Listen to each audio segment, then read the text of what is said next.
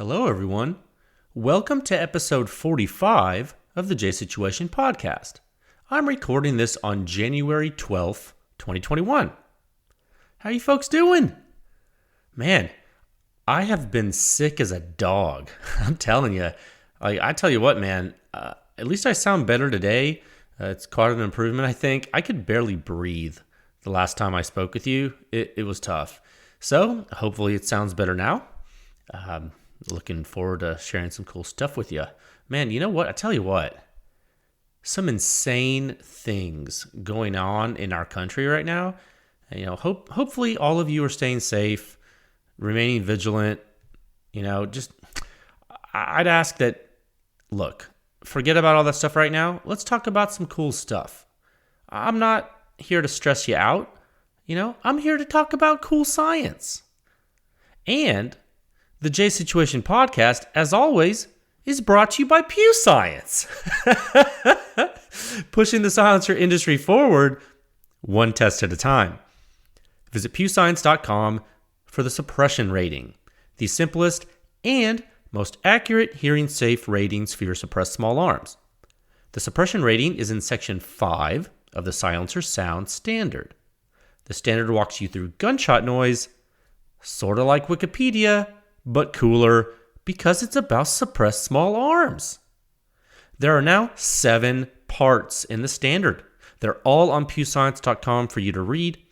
If you haven't dug into the Silencer Sound Standard, dude, it's totally fine.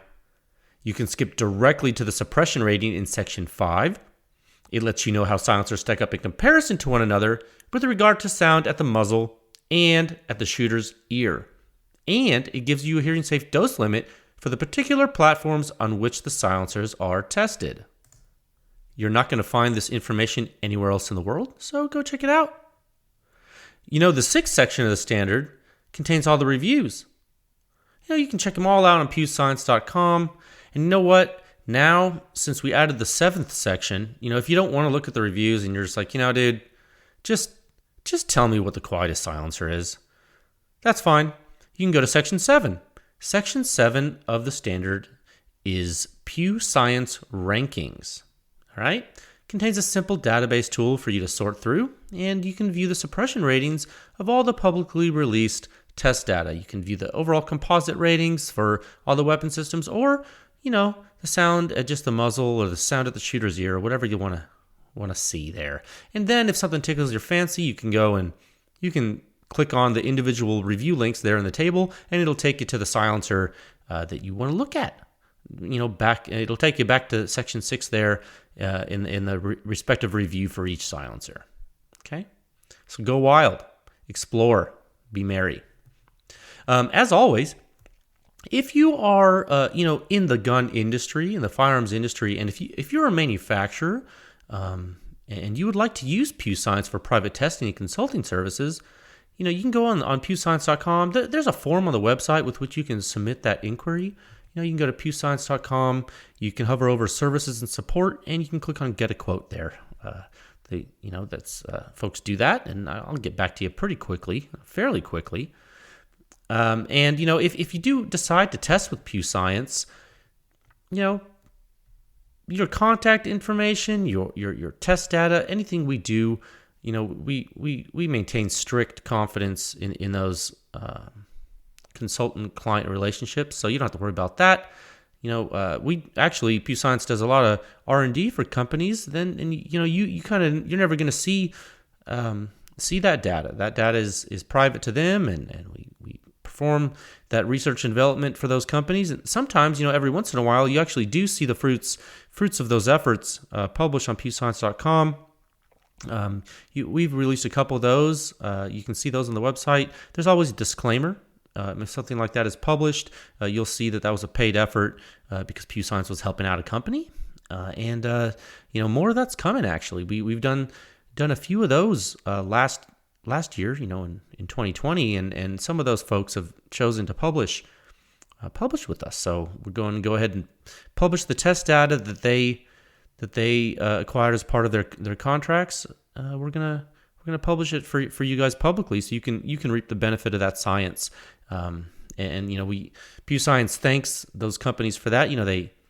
They spent their funds on testing to make their products better, to understand their products better, and they said, you know what, we would also like to share that with the world. I said, that's great. So PEW Science does that, and I think it's a win-win for everyone. So you can support this podcast and PEW Science and our testing by joining at pewscience.com. You can join as a consumer there, and if you're a dealer, a silencer dealer or a silencer distributor, or a manufacturer, you can join too. But you got to use the advanced membership tier there on the website, and we have a few people that have done that. We really greatly appreciate that. It really goes a long way to helping us conduct testing and research, and keep this podcast going for you guys. Continue to give you guys good information, give you updates, keep you up to date with everything in the world of silencers. Okay, and lastly, if you're saying to yourself, well, Jay, that's too rich for my blood. $8. I say, hey, you know what? I feel you. I never want to pressure anyone to purchase anything. I think that's not my place. So you can also help us out for free. Just spread the word. If folks are looking for silencer information that's honest, accurate, unbiased. There's no agendas here at PEW Science. If people are looking for that stuff, hey, send us, send them to us. Send them our way, and I'll be happy to speak with them on the internet, speak with them via email. Hey, I've even set up conference calls, and we've had telephone discussions with dealers and consumers and manufacturers before, explaining the methodology we use, our findings, and all kinds of different stuff. So, I'm always happy to help people. It's kind of what I like to do. So, you can support PEW Science just by letting folks know we're here. The more folks that know we're here, the better, I think. Everyone will benefit. Okay. So I got 4 topics for you today. Four things I wrote down. I had 5, but there's one I want to kind of postpone just because I don't have enough information yet. So the first topic, Sound Signature Review 631. The SilencerCo Harvester 300 on Supersonic 308. I released that, I think, last week. I'm going to talk about the results of that review, kind of break down some important things for you there. Topic 2, first round pop. The killer of subsonic 300 blackout silencer performance. Yeah. That's how I'm putting that. That's how I would like to frame that thought for you. First round pop can really mess up an otherwise great silencer. So we'll talk about that. Topic 3, hunting silencers. What's important to you in a hunting silencer? I think this is a topical discussion for this time of year. A lot of folks have been out hunting. So, what have your observations been in the field, with your suppressed weapons? We'll talk about that. Topic 4, welcome to new PEW Science members. Thank you for your support as always. And I have some notes about some future testing I'll speak with you about on that topic as well. Okay, let's see. So topic 1, we're gonna kick this off at a time of 8 minutes and 50 seconds. Okay. I'm get a drink of water here. I'm maintaining my voice, which is always a good sign. Okay. I don't know when it's going to fly off the rails, guys. We'll have to keep an eye on it. Topic 1. Sound Signature Review 631. The SilencerCo Harvester 300 on Supersonic 308. Bolt action 20-inch standard test house there for pewscience.com. You can follow along through, if you're hanging out near a computer and you're not driving or something, or you're on your phone, you're chilling out, having a margarita, salsa.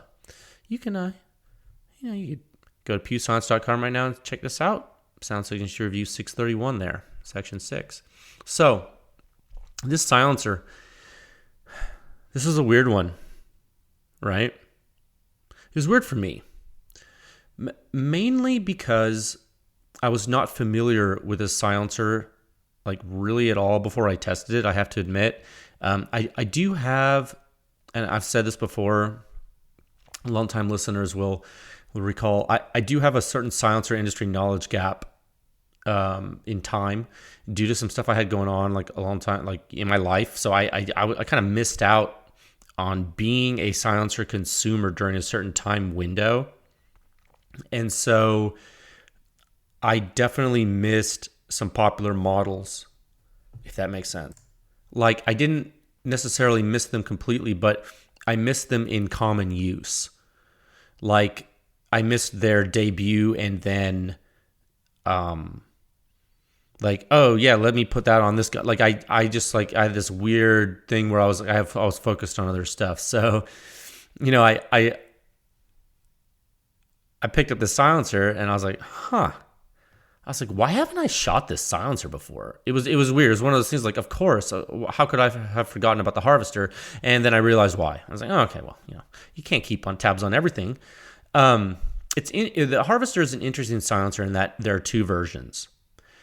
There is a 30 caliber version, the one I'm talking about right now, the Harvester 300, and then there's also a 338 version.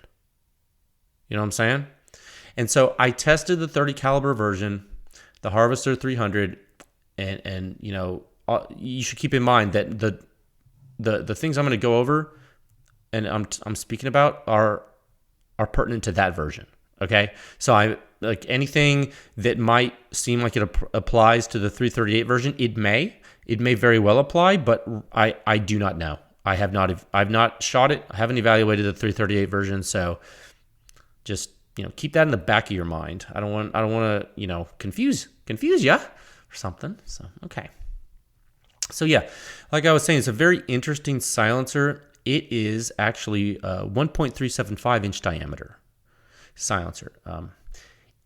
If that diameter sounds familiar to you, it's because it's the same diameter as many 9mm pistol silencers are. It's actually, in fact, it's been the diameter of most 9mm pistol silencers since things started competing with the AAC Evolution 9 back in the day. Remember the Evolution 9? Do you guys remember that? That was a 1.25 inch. That was a 1.25 inch diameter pistol silencer. I don't know if you guys remember that silencer. It was pretty good for the time when it had come out. It was pretty good. AAC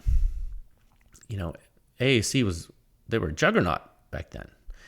And when not shortly after, but a little bit while after that 1.25 inch pistol silencer had come out, some other pistol silencers started coming out, and they bumped up their diameter a little bit to get some better performance. And one of those was the SWR Trident. You've heard me talk about that silencer a lot. It's one of my old favorites. It's classic. That was a 1.375 inch. So, same with Gemtech had come out with a multi-mount. I don't know if you guys remember the multi-mount. It's interesting. The multi-mount was basically, I feel like they released that to compete with the Trident and to try to beat AAC as well. But like, no one really took the Gemtech multi-mount that seriously, because I believe, I want to say, I could be wrong, but I'm pretty sure the blast baffle wasn't stainless steel. And so it was like, what? Like, you're releasing a centerfire 9mm pistol silencer. We all know that, or we learned a long time ago that the unburdened powder is pretty abrasive on 9mm pistols, like, the 5-inch barrels. So, it starts to sandblast that baffle. And for folks with like high round counts in their 9mm pistol cans, well, they noticed that the blast baffle would just start to get eaten away because it was aluminum. Now, the other, and I realize we're getting off track and this is the Harvester, but let me just finish. So, it's not necessarily required to have a 9mm pistol silencer have baffles that are all steel. Like, that's actually probably inefficient because your silencer is going to be too heavy. You don't need stainless steel baffles in a complete pistol silencer, but having the blast baffle be more durable than like a 6061 aluminum or something is probably smart. It's not required necessarily. It really depends on the use case, and actually really depends on the geometry and the barrel length, things like that. But I would say one of the rules of thumb that came out of consumers, not military, but consumers having the silencers out like in hard use for a while, one of the rules of thumb that came about was making a 9mm centerfire pistol silencers out of stainless steel, or more durable material than aluminum. And so when I say, the Gemtech multi-mount, no one took it seriously. Well, yeah. I mean, for one, folks thought it was a copy of a lot of other stuff, which it may or may not have been. For two, it was like they kind of ignored something big that everyone else knew, and we were like, well, why would you do that? It was weird. But nonetheless, it was a 1.375-inch diameter silencer. And when you pick up a Harvester 300, it's weird because you're like, this feels like an old 9mm can. For one thing, it's super light. Okay, like with the direct thread adapter in the back, in the rear of it, it's like 11.5 ounces, give or take, like 11.7 or something like that. I think when I tested, the one that I tested, I weighed on my scale was I think 11.7 ounces. So 11.5 ounces. It's interesting, right? It's like, it's kind of long. I mean, we'll get to that in a second, but it being light like that and small diameter, it's like, after testing so many 30 caliber silencers that are bigger, you're like, that's weird. So, and that's the other thing. It's like the diameter, it's like, usually these 30 caliber silencers are 1.5 inch, and then a lot of them, some of them are moved up to like 1.625, and then even more have moved up to 1.75 inch diameter. Like the Q stuff, for example, the Nomad stuff, the CGS stuff. Those are all 1 3/4. Those are all 1.75. So there's quite a range. To have a 1.375 inch diameter rifle silencer sitting in front of you now, you wouldn't say this 10 years ago, but now it's an anomaly. It's an anomaly in today's market, I think. And so, you just got to remember, the Harvester came out before the Omega. This is a SilencerCo silencer, okay? SilencerCo. So this came out before they released the Omega. I spoke with SilencerCo's head of research and development, okay, their R&D manager guy, about this. I had a call with him. He was kind enough to walk me through all of the history of the silencer, like when they did what, why they did what they did, what they have planned for the future of the product line, etc. It was interesting. It was I was happy to be able to evaluate the silencer, and I really appreciated the time he took with me to sit down and discuss all the different aspects of his performance. I thought that was nice of him to do. So thank you, sir, if you're listening. So let's get to the performance of the silencer. Let's start with the suppression rating, the bottom line for sound signature. Okay, so overall, the silencer got a 34.5 suppression rating on the 20-inch 308 supersonic bolt gun platform. Okay? So right away, you can see that it's pretty good. But when I start to say, talking about mid-30s, you're like, oh, okay. So you got your attention. You're like, oh, it's a hunting silencer, mid-30s. Okay, you've piqued my interest, Jay. I said, yeah, maybe I have. Okay, you know what? I'm going to use my own tool that I developed here. Let's go to the ranking section of the website. I have pulled it up here on my computer in front of me. On my new computer that I got that is awesome. It's like, so far, right? Until like I get a Windows update and like it'll crash it or something. I'm hoping not. Everything's been smooth so far. So I'm going to go to pewscience.com/rankings, or if you're on the website, you can just navigate to section 7. There's all kinds of links to get to it. Okay, so Let's kind of look where the Harvester 300 is falling in the current cadre of things that are tested. So it's a 34.5 overall. So let's see what I'll do. What I'll do is I'm going to sort by overall composite suppression rating. I'm going to click on the column heading there, and it'll sort. It's sort of sorting descending. Let's sort ascending. I'll just go ahead and click it again. Okay, so SilencerCo Harvester 300, 34.5. Okay, I've located it on the table. Okay, so it puts it a little bit quieter in overall rating than the Trash Panda on the same type of gun. Okay, but it is a little bit louder overall than the Hyperion K. Okay, so that's where the Harvester 300 is sitting. It's sitting between the Trash Panda and the Hyperion K. All right? Just to give you an idea of where this thing sits. Now, it's a tiny bit quieter at the ear than the Trash Panda. A tiny bit. It basically has almost the same suppression rating at the ear, but it's way quieter at the muzzle than the Trash Panda. And for that matter, it's quieter than the Hyperion K at the muzzle too.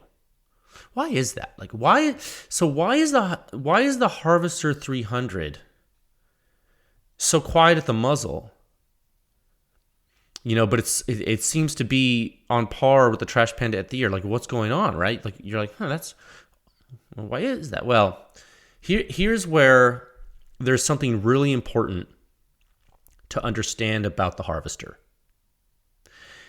And this is what, to me, made this review and analysis so interesting. The thing has an anchor brake on the end of it. And the anchor brake changes the sound signature quite a bit.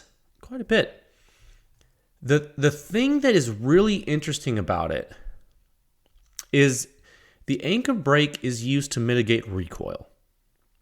So when I say that, I'm saying it's used to reduce muzzle rise when you're shooting, because what it does is it forms these jets that oppose the recoil motion. Okay, so it's cool. That's something that people do notice. They notice that it does matter physically. There are measurable effects on the kinematics of the weapon system when you use an anchor brake. Okay, but for the sound signature, for strict interpretation of the sound signature and the perception to the shooter and the perception to bystanders, it does change some things. Okay, the anchor brake on this SilencerCo anchor brake changes things. One thing the Harvester seems to exhibit is a prolonged positive phase impulse. Okay, so what I'm saying is the pressure oscillations measured 1 meter left of the muzzle seem to stay in the positive phase for a while, and that would ordinarily it would indicate that you're getting a more severe sound signature, but the frequency components of the waveforms are such that the sound performance at the muzzle seems to be pretty good, all things considered. And so you see this in it absolutely spanking the Hyperion K and the Trash Panda at the muzzle. Okay? Heck, you know what? Honestly, looking at the table, it's beating the Omega 300 at the muzzle. Okay? But the Omega didn't have an anchor brake in its test. The Omega did not have an anchor brake in the test that I did. And the anchor brake on the Omega is removable. Okay? The one on the Harvester is not removable. And so, there's a reason we measure at the ear too, okay? And at the ear, the Harvester takes a dive. The rating is slightly above that of the Trash Panda's rating, but it ends up being lower than the Hyperion K at the ear and the Omega at the ear. So the anchor brake's hurting you, okay? It's a longer silencer than the Omega. It beats it in muzzle suppression. And you know what? It beats it beats the Dead Air Sandman L and the Sandman TI and the CGS Helios at the muzzle even.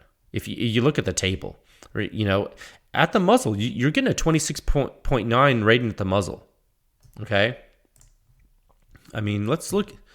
So the Sandman L at the muzzle is 24.8. The Sandman TI at the muzzle is 25.7. So the Harvester at the muzzle is 26.9. The Harvester is quieter. The Harvester is quieter to bystanders than the Omega, the two longest Sandmen, and the CGS Helios. And that's that anchor brake doing that. And so that's something that's interesting. And that's something that it might, and this is speculation, and it's educated speculation, but when people don't measure silencers correctly, and before the suppression rating was invented, people were just looking at, certain sound characteristics, and they really didn't understand what was going on. And so you can't really blame people for making an anchor brake not removable necessarily, but I don't know, man. The peak sound pressure at the ear is high too, so we'll talk about that. But I want to give people the benefit of the doubt, but at the same time, I'm like, what are you doing? So, I don't know. The anchor brake kills the at-ear signature, though. It kills it. On this silencer, it's crazy. If we could remove the anchor brake from the Harvester, I believe the muzzle performance would change. Okay? It would change. But I'm not sure by how much it would change. And frankly, the at-ear performance, it would be interesting. That would be very interesting to see. Look, the Omega, the SilencerCo Omega, was a stellar performer at the ear. Absolutely stellar. Got a 38.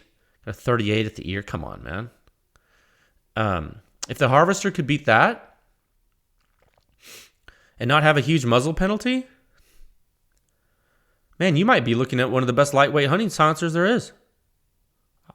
This is a hypothetical for you, but I'm just saying, right? Removal of the anchor brake, it would actually make it shorter too. So it would be smaller than the Ultra 9. I don't think how long go to the review. How long did I say it was? 8.84. Okay, so with the anchor brake, it's like 8.8 inches. You're coming up to the Ultra 9 in length. But dude, if you took off the freaking anchor brake, it'd be like an inch shorter or whatever. I don't have it in front of me. I don't know how long the anchor brake is, but dude. Look, I don't think it's going to get close to Ultra 9 in sound performance. Look at the table. Ultra 9 gets a 45.9 at the ear. You're not going to get a 45 at the ear with the Harvester 300 by removing the anchor brake. So look, I haven't broken off an anchor brake to test that, but I can look, you're not going to get 46 at the ear. You're just not. You're not. Because that would be like an over 10-point jump at the ear, which would be a category change just by changing the anchor brake, which I don't think is going to happen. But I think it might increase the suppression rating by a significant margin. And if it didn't increase the composite one because the muzzle thing dropped, it would definitely increase it to the shooter, and that's what matters for hunting, I think. I don't know. Someone's going to have to be the sacrificial lamb and break the anchor brake off of the end of their Harvester for science and just send it to me. I think that would be cool. Or just break it off and shoot it, and you tell me what you think. And then we'll all be like, oh, well, the suppression rate goes up according to this guy. Because if it's quieter, then that means suppression rate went up. So, you know what? It's interesting. Members, PEW Science members, actually see that the peak sound pressure measured at the ear is higher than at the muzzle in this test. It's a huge deal. It's a huge deal. We know that peak sound pressure isn't everything. We know that. You know that. I know that. Everyone that pays attention to PEW Science reviews knows that now. Everyone that shot silencers and then sees our test data knows that now. That the suppression rating is what matters. But how often, members, how often do you see peak sound pressure of the shooter's ear on a .308 bolt gun being higher than the measured peak sound pressure of the muzzle? How often do you see that? Look, it's the anchor brake, guys. I'm telling you, it's the anchor brake anomalies. It's not normal. It is not normal. It is an outlier. It's a performance outlier. And you know what? We wouldn't necessarily even have noticed this if PEW Science didn't measure impulse. If you look at the review, and I'm going to scroll down, figure 4A, I believe I want to say it's going to be 4A. Yeah, figure 4A. This is immediately telling to me. I mean, when I saw it, I was when I was performing the analysis after when I was processing the test data, and I was looking at the impulse traces, I was like, what? When I saw the late time impulse, when I saw it hover in the positive phase and it wasn't going negative, I was like, what's going on? I was like, why is that doing that? And I was like, oh man, do I have like some kind of issue? I was like, no, everything looks great. It's all calibrated. Everything's smooth. I was like, that's weird. And then I was like, oh, the wave's not dying. I was like, it's got to be the anchor brake. The wave's not dying yet. I was like, that's interesting. And I was like, man, we still see the higher pressure transients at the ear, like whatever. Okay. So we weren't going to miss this phenomenon completely, but keep in mind, and the members see this at the ear, it's not like the highest pressure transients are early time. They're later time. Right? So like if you're if you were testing the silencer without PewSoft, like just with, I don't know, whatever, pick another system that doesn't work. You wouldn't get the answer because it'd show you a peak, and that peak was definitely not right. Because if you want to look at the peak sound pressure at the ear, bro, it's not anywhere near to the front of the wave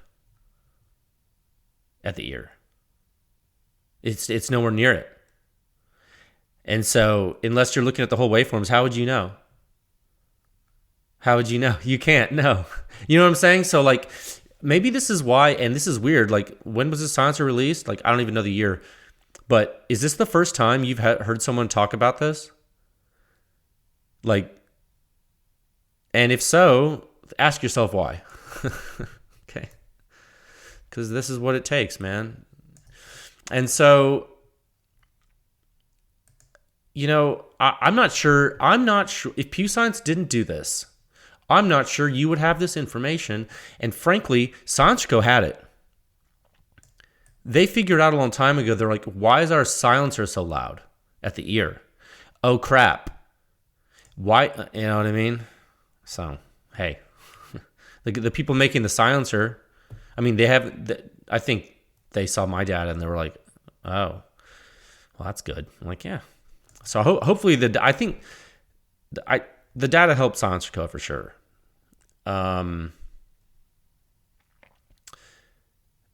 There are interesting delays before you get to the extremely high pressure transients at the ear, and you just get that weird jetting with the anchor brake, and it's redirecting waves toward the shooter that otherwise just wouldn't occur. That's the bottom line here. Okay, now I did something special in the review, and I compared these waveforms to the measured waveforms from the Omega 300 test. Okay, now that's when it was super clear. Okay, that was a very telling comparison, and that's why I put it in the review. The waveforms at the muzzle are interesting, and they show how in late time the Omega has higher pressure, but the impulse is higher for the harvester. It's a weird anomaly from the anchor brake, but really the value here in this review, guys, the really hard hitting results are for PEW Science members. you guys saw some more data in that section, and you saw the at-ear waveforms compared, and it's insane how different they are. Like, when you look at those, you're like, holy crap, dude, like, what's going on? Like, that's crazy. I mean, actually, the things look like two completely different weapon systems. Like, that's how drastic it is. I mean, it's way different at the ear. Like, in data space, like in pure data space, when you're looking at it, you're like, at ear waveforms, you're like, what is going on, dude? Like, there's oscillations in the ear waveforms for pressures far exceeding the muzzle, to the point you're getting over 4 times the impulse than the omega at the ear. Over 4 times the impulse with the harvester with the anchor brake. Okay, so you know, I know that I didn't test the omega with the anchor brake, and I know it's not apples to apples. It's not like I tested the omega without the anchor brake, then put the anchor brake on the omega, and that's what I'm showing you the comparison. No, I'm showing you the omega with the flat cap with no anchor brake, and the harvester with its built-in anchor brake, and I'm showing you these differences. So, was there going to be a difference between a harvester and an omega with no anchor brake as a variable? Absolutely. But it wasn't going to be 4 times the impulse at the ear different. I promise you that. I promise you that. You weren't going to see higher pressure at the ear than the muzzle. I promise you that. And I mean, I can prove that to you just by looking at every other single freaking review on PEWscience.com for bolt action. So I'm telling you, the anchor brake is the thing that is messing this up. And it was at this point when I did those comparisons, I contacted SilencerCo again. I had to know. I was like, dude, okay, look, I was wearing hearing protection during these tests. Like, typical, okay? I'm shooting a lot of guns. There's no way I'm going to shoot them all without ears. That's not good for me. And so I was thinking to myself, did my data reflect accurate performance? Is this really what we are seeing from the harvester? Is an omega with a flat cap on the end of it that much better at the ear? The answers from SilencerCo R&D were unequivocally a resounding yes. Like, I mean, we spoke about it for a while, dude. Like, and we spoke about how they came to the same conclusion eventually in their product development after introducing the anchor brake. I mean, again, I've said this, like, there's a reason it's removable from the omega. I don't want to say much more, just out of respect for SilencerCo and like what they're doing for ongoing product development and stuff like that. But I will say that SilencerCo is fully aware. They are fully aware of the performance differential with anchor brakes. Okay, SilencerCo knows. So this is not something that I like. The gross conclusion, the final conclusion was not something I think I didn't catch them with their pants down. Like, they knew. Now, whether or not the details they understood, that's neither here nor there. But the gross conclusion, SilencerCo, is not a surprise to them. So this is one of those examples.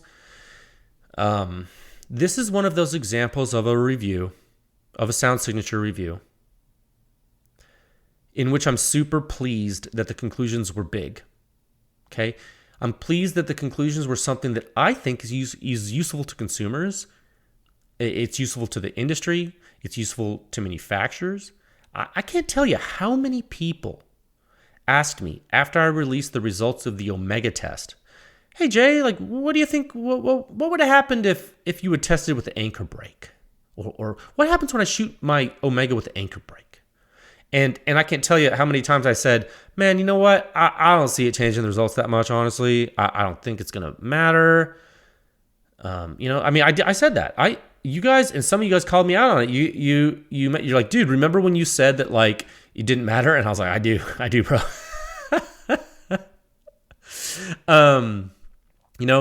We haven't tested the Omega with the anchor brake, but I can tell you right now, SilencerCo told me that the next time I have an Omega for testing, they're going to absolutely send me an anchor brake. And I think we know the answer is going to be different. I think we do now, okay? It's going to be way different. And that is a fact. That is a verifiable, black and white, data space, PEW Science conclusion, fact. You now know anchor brake can completely reshape the sound signature of a silencer, possibly making it quieter to bystanders and devastatingly louder to the shooter. Okay? It's weird. Okay? So, just something to think about. So all in all, what do I think about the Harvester? I think it's awesome. That's what I think. I think it's awesome, and I think it's old.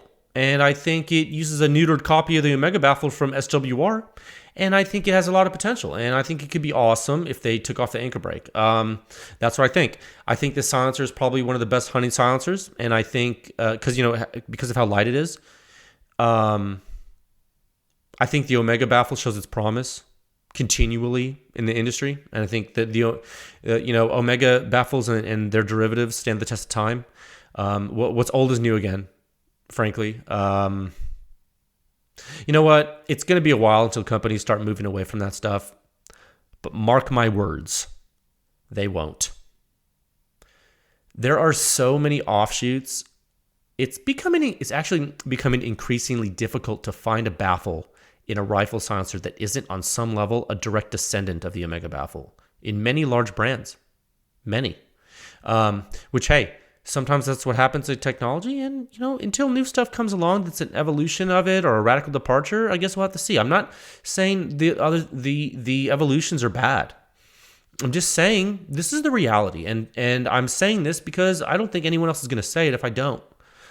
And a lot of you, I think some people think sometimes I sound a little condescending on this podcast, or sometimes okay, I'll own that. That's true. That's probably true. I could probably be a little nicer. But I could also not tell you everything. And in my opinion, and this is just my opinion, sometimes maybe it's tough to hear stuff, and maybe it's better that you hear it from me than figure it out on your own after you waste some money. You know what I'm saying? So, hey, I'm not going to please everybody, but I'm gonna call it like it is. Like I don't see why I would lie to you. It's not worth my time, So hey, there's a 338 version of the silencer, like I said, and you know what's interesting, and this is actually very topical. Those the Field Ethos guys, they're cool. They use it on their 300 Win Mag, the 338 version, that is. They used it recently, like this past weekend or something. They messaged me. They used it to shoot some javelinas down here in South Texas, and they were down here hunting. God bless them. They were talking with me about it, and they said that the 338 version of the silencer sounds really good on their 308. On their 308 rifles, and I said that makes sense. They kept asking me, "What do you think about the Harvester? What do you think about the Harvester? What do you think?" I did as good as a good silencer. I was like, could you do better? Absolutely, you could do better. But I mean, I had a hard time saying not to get a Harvester. Like that's like the level of. I was like, you know what? Like, it's a good silencer. I don't know. I think the 338 version. I wonder. I don't know how much that one weighs, but I bet it's going to be heavier than the 300, but I don't know. I know the Donald Trump Jr., he hunts with those guys. And so maybe, he's a high roller probably, right? So maybe I can convince them to buy a better silencer than the Harvester. I don't know. I'm just joking. They gave me a bunch of grief for using a sight mark scope on my fix. So I'll have to return the favor now. I'll say, hey, why don't you get something better than a Harvester, bro? No. Hey, you know what? I just got a Swarovski Z8i. I just mounted it on my fix this evening, actually. So I'm good now. So your move, Field Ethos. Your move. I'm squared away. Are you squared away? I got a Hyperion K on my fix. So I don't know what you guys are doing. Okay. Anyway, all right. Let's move into topic 2 at a time of 45 minutes and 6 seconds. Oh man, I spent a lot of time on that first one. Okay. Topic 2. First round pop. Oh my goodness gracious. First round pop. First round pop, the killer of subsonic 300 blackout silencer performance. Oh. You know, I mentioned earlier, guys, I got a new computer. I know I've talked about this a couple times, and people probably, yeah, it's like, yo, what a nerd. I mean, yeah, I am a nerd, dude. I really am.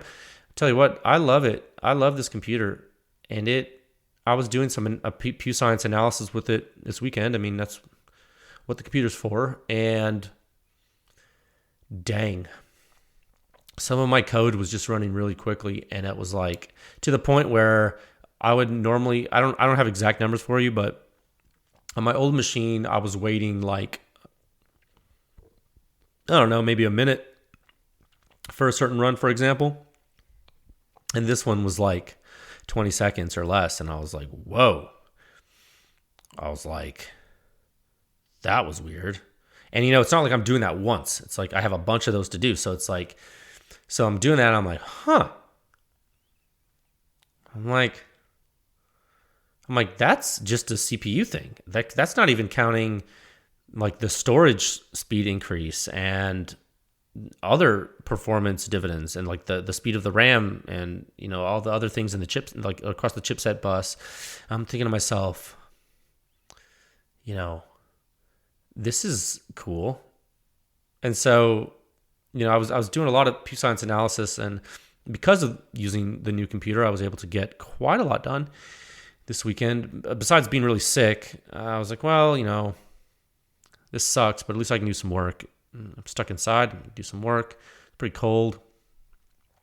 So I started looking at a lot of 300 blackout stuff, 300 blackout data that I'd done, just to kind of like flesh out some more parameters for you guys.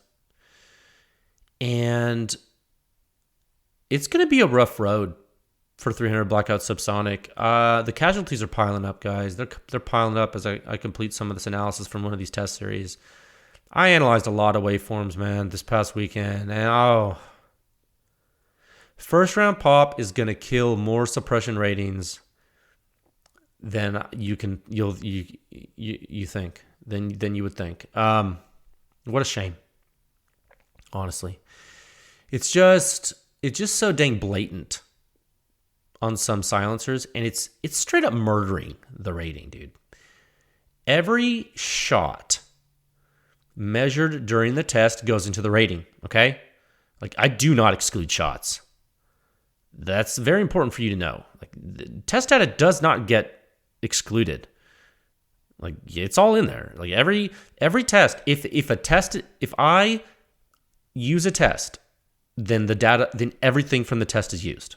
Like, I don't just like pick a test and be like, well, okay, well, that was cool, but I'm not going to use that part. No, that's not how this works. It's like I shoot a 5-shot string, and the 5 shots go into the computations. Okay.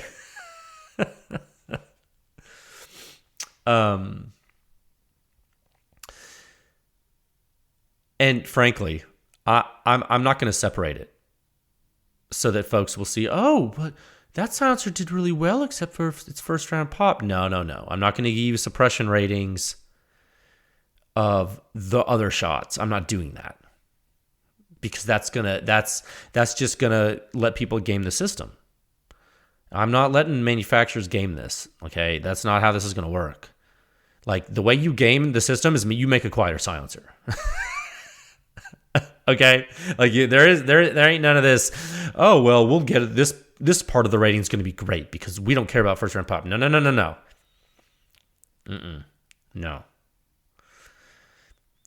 So what happens when you have a quiet system like 300 blackout subsonic and you have a loud first round pop? Well, then your rating goes down.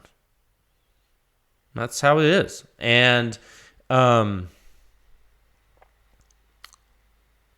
look, you're gonna get what you get. And the sound signature, if first round pop sucks, then your rating's gonna go down, and the sound signature review is gonna talk about the first round pop. And guess what? I'm working on an article for members right now. I'm probably gonna finish it soon. I'll probably publish it next week. It's gonna look at first round pop head to head with some silencers, and it's gonna be for some silencers that really need good first round pop performance. Okay, silencers you hunt with. Okay, what good is a hunting silencer if the first round pop is terrible? Right? I mean, I have to admit, I did start working on that article partly as a personal curiosity. But then I realized, dang man, I think this is super useful for people, and I've gotten a ton of feedback about first round pop performance. A lot of members really wanted to know about first round pop performance, and so I figured, heck, let me start with a smattering of stuff, and let me start with a bunch of stuff folks are going to want to see, and we'll see how this article goes over. I'll blow some minds, you'll like the data, and then we'll get feedback, and then we'll decide where to go from there on the next one. You know what I mean? I think it's going to show people some things where they're like, whoa, you can do that? I'm like, yeah, dude, PEW Science can do anything. Buckle up, buckaroos. All right, stay tuned for that. All right? So, stay tuned. I'm just talking about 308 right now. Like in the first round pop for hunting silencers. But the first round pop with 300 blackout, man, it is a whole other story. When you see more data, that'll be good, So we can start to make some trends apparent, I think. As I publish more 300 blackout data, I think that's going to be really helpful for you guys. And then, similarly in how we did it with supersonic 308.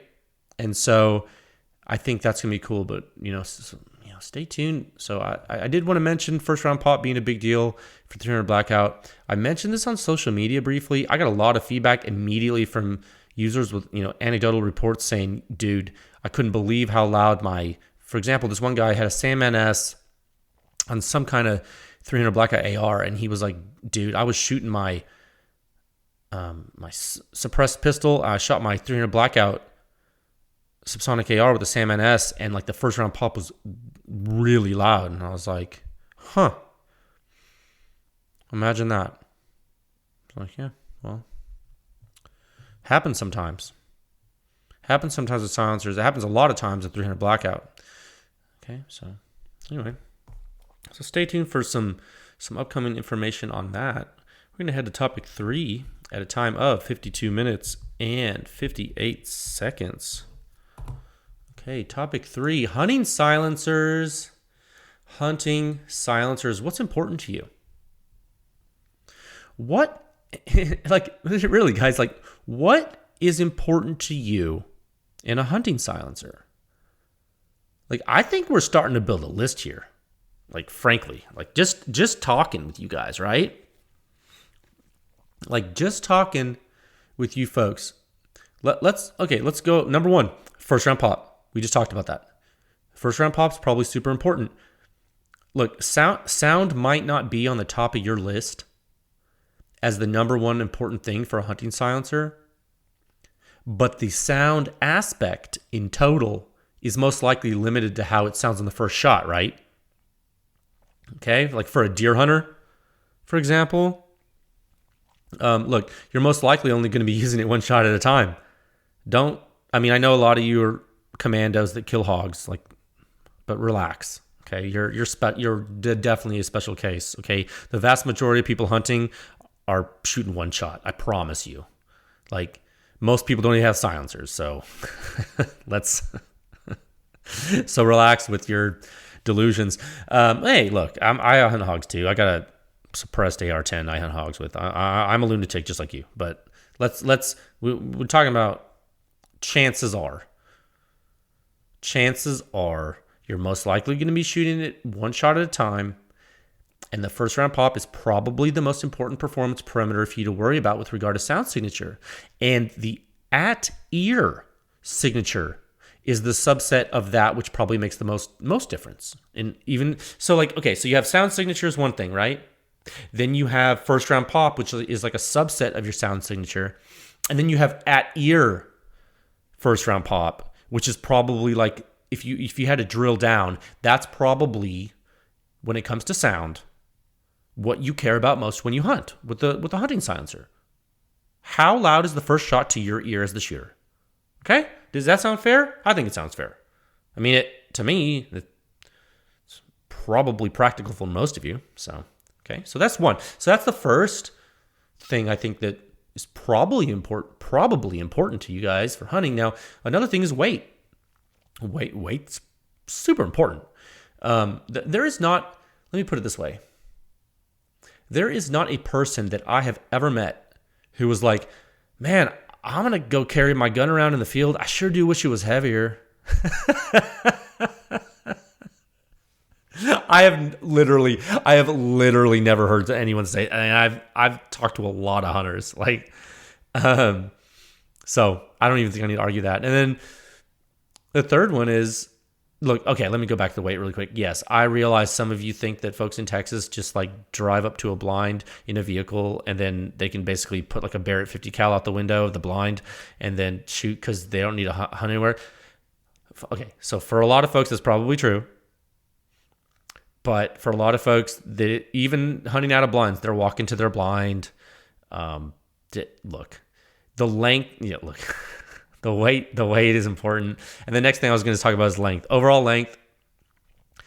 For sure, you want a hunting silencer to be shorter than normal. Like, I know this because I've hunted with a rugged surge on a 20-inch bolt action. So don't tell me about long. All right? Like, I know. Okay, not everyone, but most people want a little bit of a shorter package when they hunt. Now, many hunting rifles, they have longer barrels, man.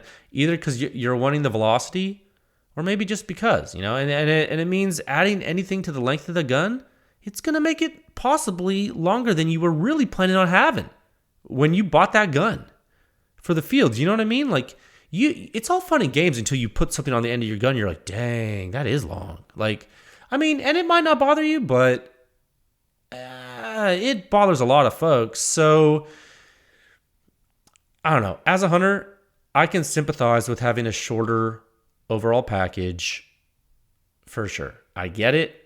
It's something I'm into myself. I like having a shorter overall rifle package when I hunt.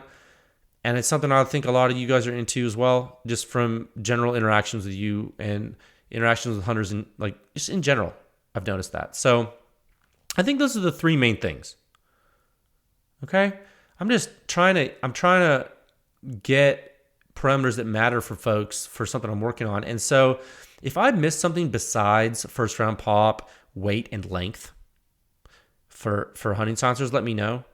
Okay? Like shoot me a DM, email tech@pewscience.com. That's TECH@pewscience.com. Send me a smoke signal, however you want to get in contact with me. I'd love to hear your thoughts on this. I would really like your feedback. Now, one thing to keep in mind is I do want to start adding more data to the table in section 7.1 of the Silencer Sound Standard in the ranking section. But also, I don't want to be misleading. Okay? If I add the length of a silencer, I want to add the length, it's like the total length added to the gun as the number. You know what I mean? Okay, this is like, so bear with me for a second. This is kind of weird because, so like what I'm saying is, like, let's say you put a Q full Nelson on your fix, okay? For example, it's going to add less length than the published length of the silencer, right? Because it's going to direct thread over the threaded part of the muzzle. Okay, and then it's going to seat on the taper behind the threads, right? So I'm not sure what the exact added length is to the gun, but it's shorter than the overall length of the full Nelson published on the Q's website, for example, okay? Like that's an important thing to keep in mind. Now, and the same thing goes for example, for the half Nelson or the CGS Hyperion or the Hyperion K. All that stuff that goes direct thread to taper. Okay? It's going to be different length, and I think that's important to keep in mind. The same thing goes for several other direct thread silencers, even if they don't have a taper. Now, what about something like a rugged silencer? Okay? What about something like a rugged silencer where you put the M2 brake on? Like, let's say you put the brake on the rifle. It's not very long, but then you put the silencer on the gun, and then the silencer is sitting back for like is the silencer sitting back further than like a direct thread silencer would sit? Like, I don't think so. I think it's further forward by a little bit, right? And so, is it adding more length to the gun overall than like a direct thread silencer would add? You feel me? Okay. And does it depend on the mount? Like, if it's not a regular silencer, if it's a different silencer, like what kind of, you know what I mean? Like, I'm not sure. I'd have to sit down and I'd have to measure all of these things. I have to measure them all on a gun. And that's not something I've done, frankly. Like, I don't do that. Like, that's a lot of work for one, doing it all for every gun. And then like thinking of all the different guns, you know, all the different types of mounts. And then, yeah, and all these silencers with the modular mounts that you can put in the back of them. Imagine the differences there of what the, you know what I mean? So it's really tricky to add this number to the table. You know what I mean? Because if you're going to be comparing them, you want to compare results that aren't results. You want to compare data. You want to compare length data that's comparable. What I would hate is if you sorted by, like, I put silencer lengths in the table, and then someone sorted by length, and they cut off everything except for like silencers that were, you know, shorter than, you know, 7.5 inches or something like that, and then they missed some awesome silencer that was actually shorter than the other ones, but they just didn't realize it because it was a taper mount. You know what I mean? Or similarly, what about weight? So you add weight to the table, right? Well, that's a bit tricky too. Because, like, what do I do? What do I put in there? Do I put the weight of the silencer? Or do I put the weight of the silencer plus the mounts? And if I had a mount, which mount do I put on there? You know what I mean?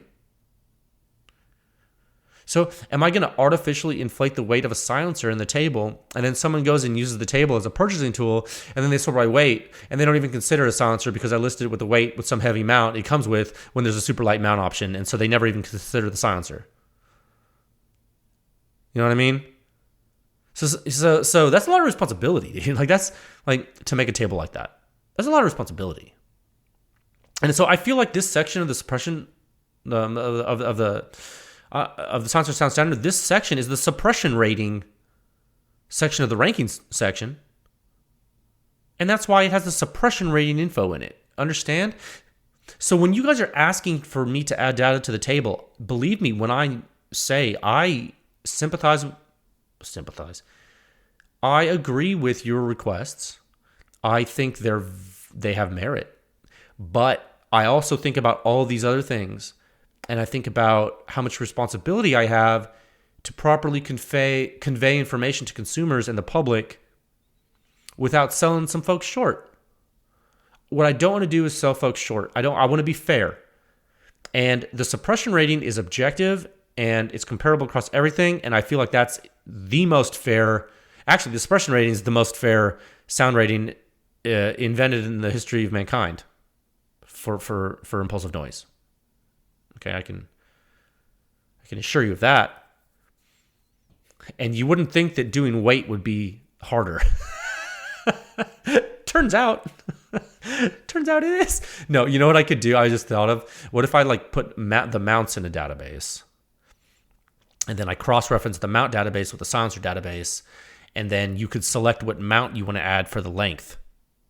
But then, I'm sorry, for the weight. That would work. That would be easier than the length. The length would still be hard because I have to physically get the gun and measure. But I think I'm going to have to eventually because people can ask for it and blah, blah, blah. I don't know, man.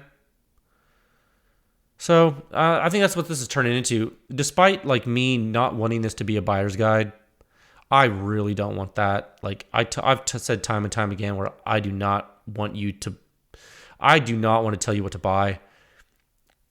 Unfortunately, despite what the industry had tried to do, sound performance of silencers is probably the highest on the list for people when they're buying a silencer. Like, it's not for everybody, and there's tons of people listening to this that sound isn't the most important thing to them. But I think for the majority of consumers, sound is the most important. And you know what people call people interested in sound? I'm going to tell you I'm going to tell you what the silencer industry calls you, like the people that work at companies, and the dealers, and the distributors. They call you decibel chasers. Okay, a decibel chaser is a derogatory term for a consumer who's interested in sound performance, and they say that, and they call you that, disparagingly. They don't call you that to be friendly with you. They say that to other industry people to make fun of you, and to say that you don't know what you're talking about. Like, that's what they say. I promise you. And big companies say it about you. Like, they're not going to call you that on social media in their little stories, but they're calling you that behind your back. And you know why they say that? It's because they don't understand sound performance. And so they think that they see in their own testing, right? Because they're testing single peaks with slow meters. And so they know that some of their silencers that are metering louder sound better. And so, instead of doing better science and using PEW Science data, you know what they do? They call consumers names instead, because they don't want to know the truth, because they're not capable of quantifying it. That's how deep that goes. So when I say that I don't want to turn this into a buyer's guide, that's true. But at the same time, that's what it's going to end up being, because that's how people are using it. All I am doing is presenting objective data to you. How you use that data, that is up to you. The decisions you make based upon the analysis that I give you, those are your decisions. And I believe that people should be free to make their own decisions. And that's why I'm here to provide this for you. I'm not your dad, and I'm not going to tell you what to buy, and I'm certainly not going to tell you what you should think is important. But I'm going to give you my opinions, and I'm going to continue to publish good data for you that I think is very good. Okay, and so I just wanted to. I know that was kind of a little tangent, but don't ever feel bad for thinking sound signature is important on a weapon system. Okay? Don't feel bad about that. Don't let a dealer, don't let a guy in a gun shop, don't let the silencer social media guy, don't let these people make you feel bad for wanting a quiet silencer. You don't have to feel bad for that. That you're a consumer. If you want a product with a performance parameter that's higher, that's your right as a consumer. If you're looking for a hunting silencer and it doesn't have to be the quietest, that's your right too. You feel me? Okay. So I'm going to give you my opinion on that. I want to make sure it's transparent. I've had some pretty heated arguments with people in the industry, and I stand by my opinion on that. I think my logic is sound. Okay. Topic four at a time of 1 hour and 9 minutes and 10 seconds. Okay. Welcome to new PEW Science members. Thank you for your support. And also I want to talk about some future testing. Okay, so yeah. So first, thank you so much for your support, guys. Man, it means the world. It's making this thing happen. It's 2021 now.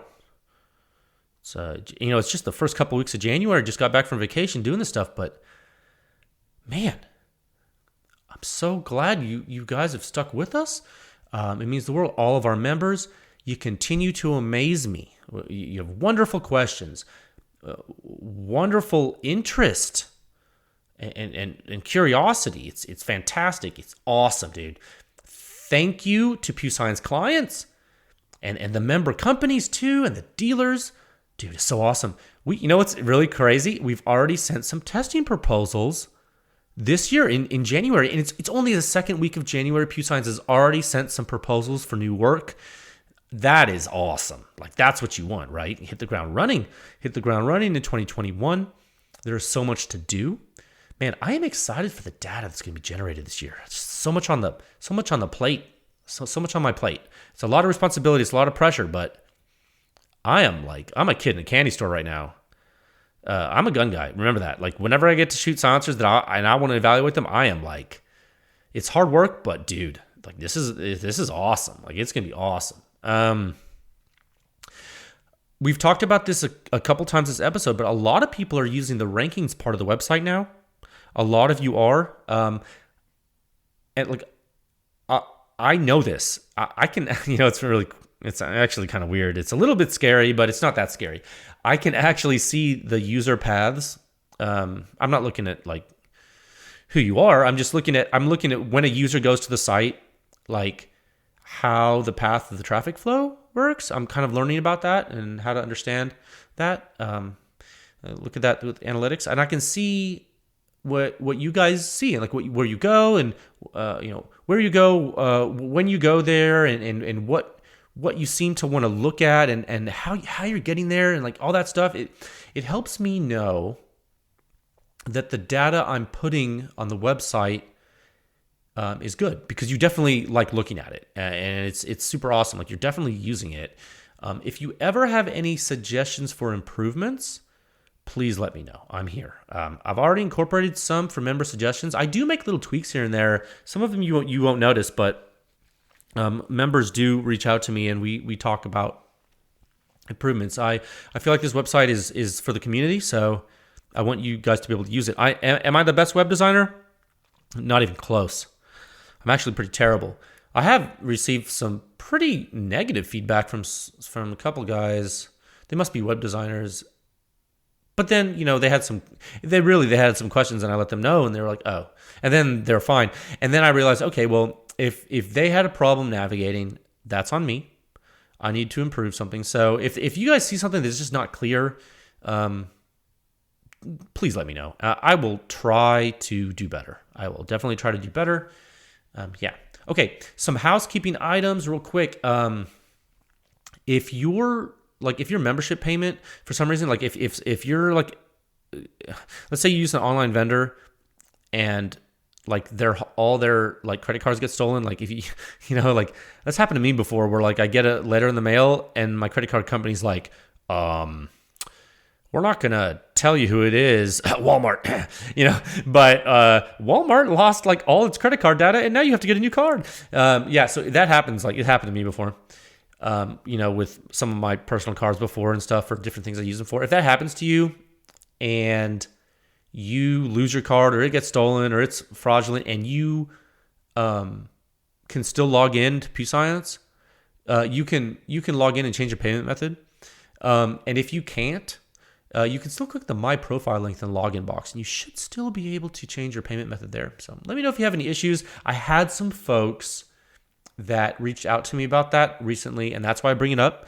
I figure, if one person had the question, a bunch of people probably had the question. So I figured, well, I'll use the podcast, and I'll, be able to reach a bunch of you at once, and that way, it saves me time, it saves you time. Okay, so about some future testing. I did want to address the AR15. A lot of folks are seeing why host configuration matters. Like, just when I say a lot of folks are seeing that, I think a lot of folks are using silencers. And more people are understanding. Like, I've been posting some videos of my machine gun, and people are like, dude, how is there no gas in your face? And I'm like, Well, I have talked about this a lot, but it's because it has a very short dwell time. It has adequate recoiling mass. It has a delayed unlocking carrier, the Surefire OBC. There's a lot of reasons, and the silencer has a bigger bore. There's all kinds of reasons, but I think it's eye-opening for people, dude. Like, I think some people have been told crazy stuff about what you need for a gas gun. Like, there's people that come to me every day. I was like, well, have you tested OSS yet? I'm like, well, no, not yet, but I promise we are. I'm really not avoiding it. It's just like, haven't gotten to it yet. It's going to happen this year. And they say to me, well, I was told that that's the only way to. And I'm like, for some guns, maybe it is a pretty smart choice. I don't know. I'm not sure about that. But what I do know is that I can pick a silencer, a 30 caliber silencer, that has a pretty high back pressure metric on PEWScience.com, and put that on a 5.56 machine gun and have no gas in my face at all. So if I can do that, you got to ask yourself why. Okay, so I'm getting a lot of feedback about ARs. Some people are like, and then some people, a lot of you guys are smart, and you're like, dude, check out this house I just built, or check out this other. Look, some people will now send me stuff. Dude, look how overgassed this guy's gun is, and like laugh about it. I'm like, first of all, I laugh too because I'm a human, but then I kind of feel bad because I'm like, man, I wish that guy would have like known more about suppressed weapons before he spent all that money on that gun. Or maybe he can fix it by getting an adjustable gas block and a heavier buffer. I don't know. You know what I mean? Like, there's ways to fix it. Like, all is not lost. So, but I guess what I'm saying about the AR is that a lot of you guys are getting field experience and anecdotal experience that is causing you to understand without even seeing test data yet from PEW Science. Some of you are like, well, gosh, Jay, so you haven't published AR15 data yet, but you've published 308 data, and that's supersonic. I wonder how that's going to scale. And then I kind of just watch you work through your own thought as you're messaging me, and I wait for it, and you mess, and a lot of times I'm like, exactly, like you're on the right track. You're going to hit a threshold of the year probably because of action noise, but like, I think for people that really understand silencers, like really understand silencers, the data that I'm publishing, that's all they care about. Because they know that whatever the quietest silencer is on 308, they can make the quietest silencer on a 5.56. You know what I mean? Like, that's the reality of this. And I know that it's going to take me testing everything and publishing data to convince people of that, which is fine. I mean, I love doing it, and it's going to be great for the state of practice, but don't get it twisted.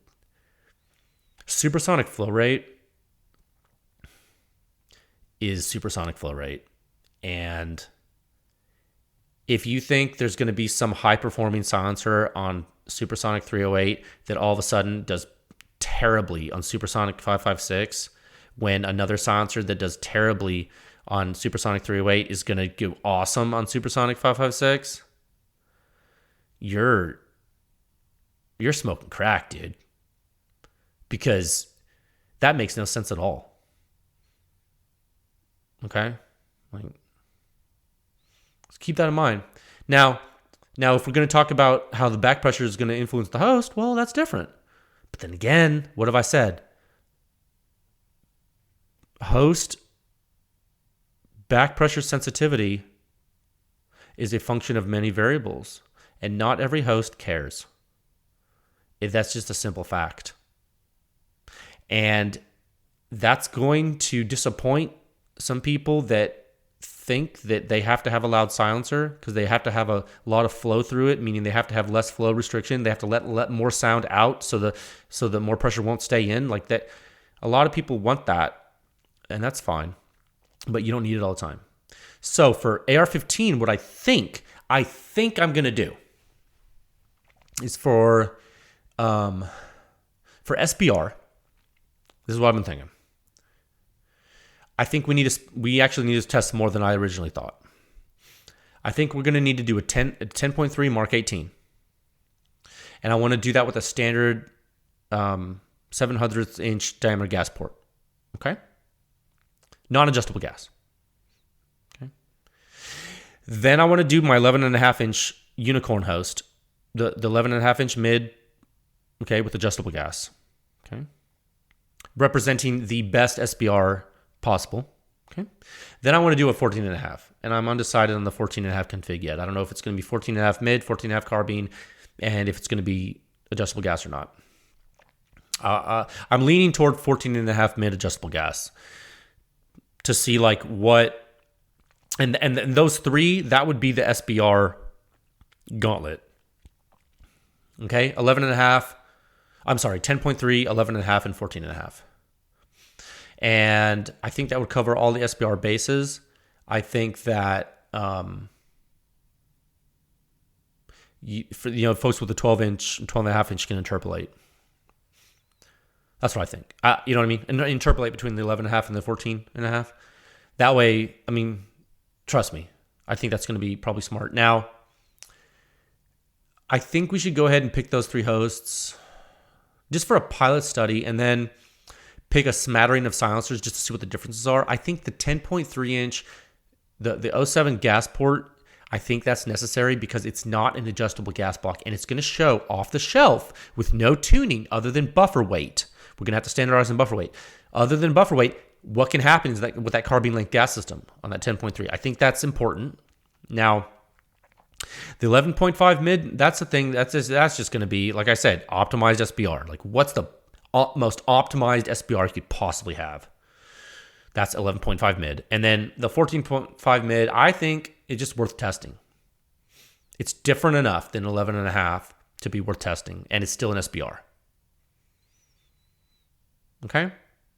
I mean, technically, if you pin and weld it, it's not, but don't even talk to me about pin and welding. Why would you ruin a rifle? Okay. So, and after that, after the 14.5, we say, how quiet can we make an AR tests? You know what I mean? And that's like 16-inch, 18-inch, like how quiet can you make an AR tests? You know what I mean? That's what I think comes later.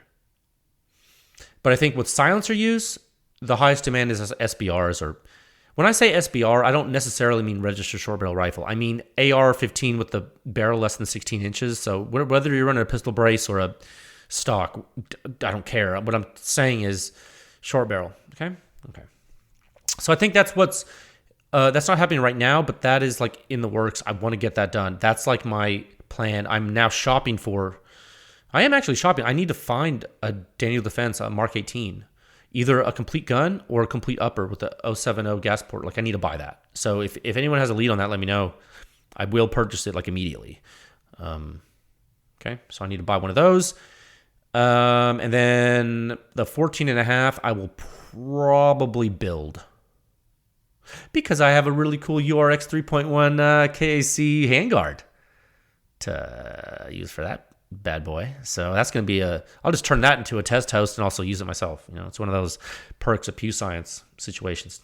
No, it'll probably just be a test host. I'll use my 11.5 for everything. Okay. I think I like that path forward. What do you guys think? You think it's cool? Anyway, I'm here, tech@pewscience.com for feedback. Okay, I have blabbed for long enough. I hope you guys have a great rest of your week. Stay warm. It's cold here in Texas right now. We're not testing right now. It's cold. I don't go out there in the cold. We're going to wait till it warms up a little bit. Okay.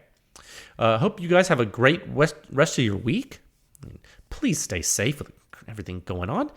Talk to you folks again soon. Okay, bye.